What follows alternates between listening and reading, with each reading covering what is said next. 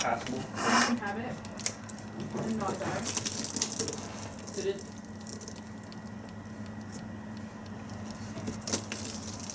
Woo! Hamilton! Who are we? Forge FC! Ladies and gentlemen, the winners of the inaugural season of the Canadian Premier League, Hamilton Forge FC, let's go! The Forge beat Calgary Cavalry 2-0 on aggregate. 1 goal in Hamilton in the first home leg, 1 goal on the road. An absolutely fantastic showing from the team from Ontario. And the Forge, without winning either the fall or spring seasons, I'll get to that in a second, are crowned the first ever champions of the Canadian Premier League and take home the North Star Shield. We may not have won the spring or the fall, but we got this, and this is what's important. Yes, this is my microwave tray, but let's be fully honest, from a distance, you can't tell the difference. After a long, hard-fought season, where Hamilton and Calgary were just the two best teams the whole way through, it was going to be one of them the entire time, without a doubt. We knew that. We get to the final after Calgary just edges Forge out for the fall season title. Calgary were the favorites going in, and the Hamilton Forge just played the two legs overall better and came out of it with the North Star Shield. Just an absolutely spectacular season through and through for the Forge.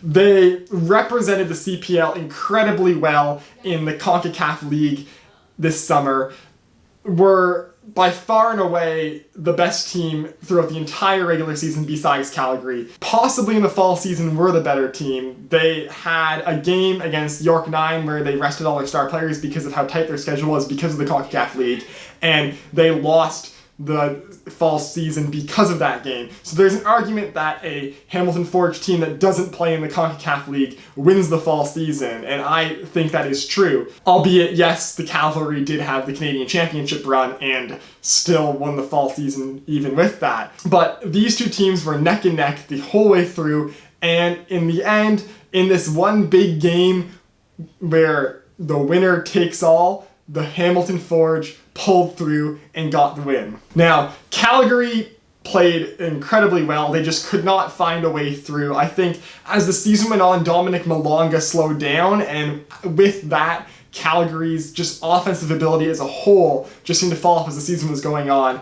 And they just did not really seem to have the guy who was able to step up and score and be the guy to score the big goal in the CPL championship. Hamilton had that guy in Tristan Borges. Borges stepped up, scored the goal in the first leg. He looked like the guy who was going to be the difference maker the entire series, and his red card in the first leg getting overruled really changed the way that this series was going to go. Now, it's an incredible disappointment that after the season that the Cavalry had, they will not represent Canada in the CONCACAF League next year, and the Hamilton Forge, who have already been in the CONCACAF League, are getting a second shot. But the Forge did do very, very well in the CONCACAF League this year, so going into it next year, I have very high hopes for them to improve on their performance last year, to push and qualify maybe for the quarterfinals and maybe even get a spot in the CONCACAF Champions League in 2021. It's very interesting to see how that'll play out next season. With the Forge showed anything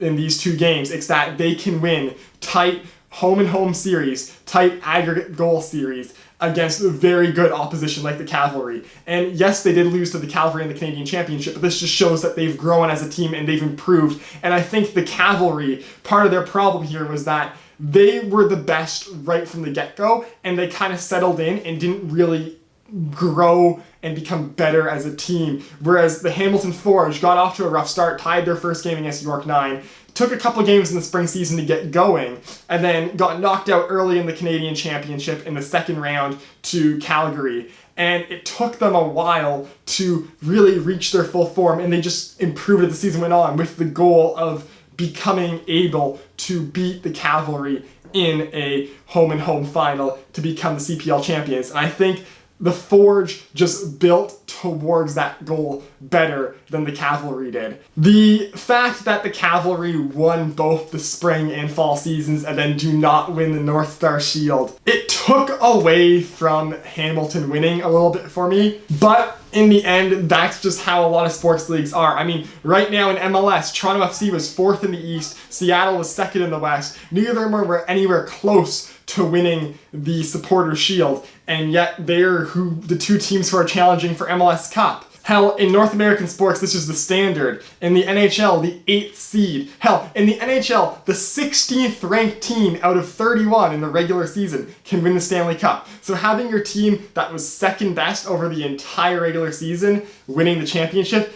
is not that big of a deterrent, and I feel like as this league grows, if they keep this format, I really like this spring and fall champions playing each other in the final format, and I feel like when this league grows and gets more teams, it will not be the same team winning both the spring and fall as often. I have a feeling that Calgary winning both was just a symptom of only having 7 teams. The odds of one of those teams winning both the spring and fall when you only have 7 is incredibly high. Having a big game is important, and having your team, even if you won both the spring and fall, to have the second place team be able to have a chance at winning it, it works because otherwise, you could just have an aggregate table and have the top 2 teams play in the final, and it's basically the same thing. And that isn't an entirely terrible concept either. So this is the way the league works, and I actually quite enjoyed it. I think having a big final game, it did wonders for the league. I mean, Hamilton Forge were able to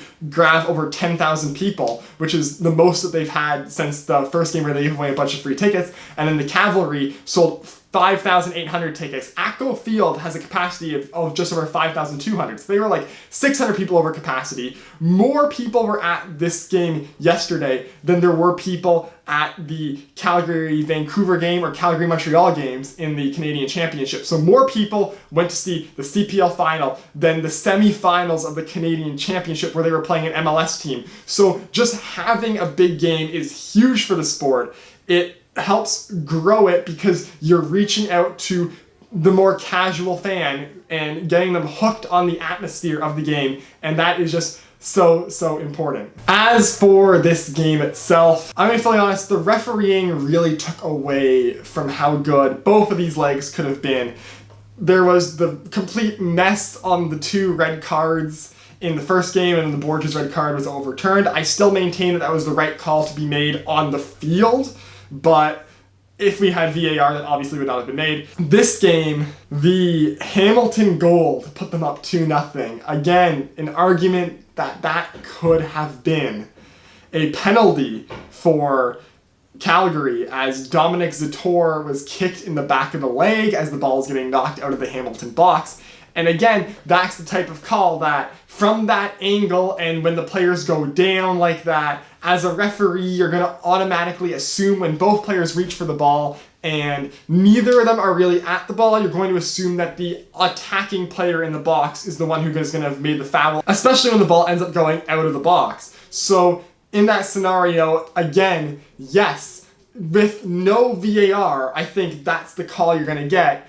And I can't believe I'm saying this because VAR is a complete mess still. It's still too new to be a viable and well-tested thing in soccer. Yes, it is very expensive to implement, but in the future, once the first division gets fully fledged out, and when you have probably over 10 teams in the first division, I would say adding VAR is a must. But right now, I mean, hell, even in the English Premier League, VAR has only been a thing for like 2 years. So I'm not upset that the CPL does not have VAR yet, and that there does not look like they're adopting VAR anytime soon. I mean, the camera angles at some of these stadiums are complete garbage, looking at you, Pacific. But by the 2026 World Cup, I would have to say that the CPL should have VAR. But overall, over 2 legs, an absolutely fantastic matchup. Hamilton Forge, a great job defending and holding on to a 1-0 lead and then adding to it late to make it 2-0 in Calgary during the second leg. I was not entirely convinced that the Forge were going to be able to hold on and secure that victory. I honestly did think that Calgary was going to score late and we were going to get penalties, but we were able to hold on, get the win, and the Hamilton Forge are the first ever champions of the Canadian Premier League. So yeah, that does it for this video. Click like if you liked it. Click subscribe if you want to see more of my stuff. Follow me on Twitter, link is down below in the description. And I will see you next time, probably, hopefully, on Sunday, when I can talk about Toronto FC versus Seattle. Toodles.